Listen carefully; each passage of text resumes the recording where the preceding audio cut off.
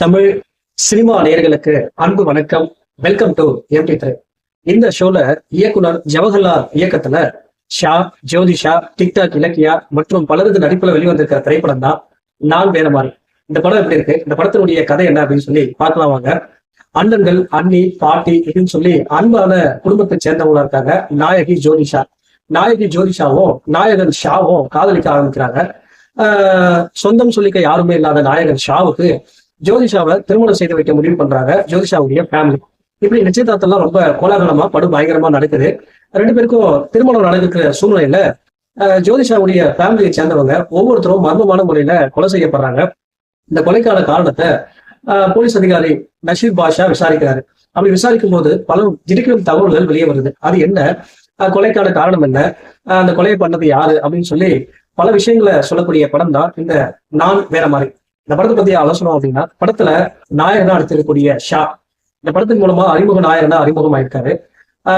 ரொம்ப அலட்டிக்காம ரொம்ப அளவான நேர்த்தியான நடிப்பை வெளிப்படுத்திருக்காரு.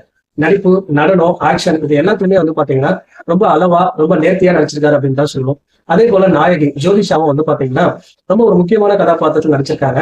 ஒரு பக்குவமான நடிப்பை வெளிப்படுத்திருக்காங்க அப்படின்னு தான் சொல்லுவோம்.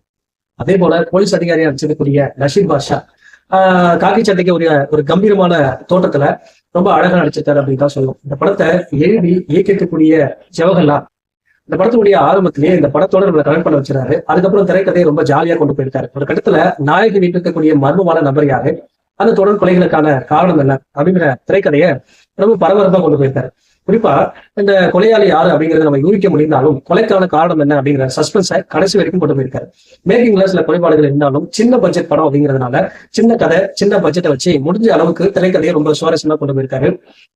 அதே போல இந்த படத்தினுடைய கேமராமேன், அதாவது இந்த திரைக்கதைக்கு ஏற்றவாறு ஏற்காட ரொம்ப அழகா காட்டியிருக்காரு.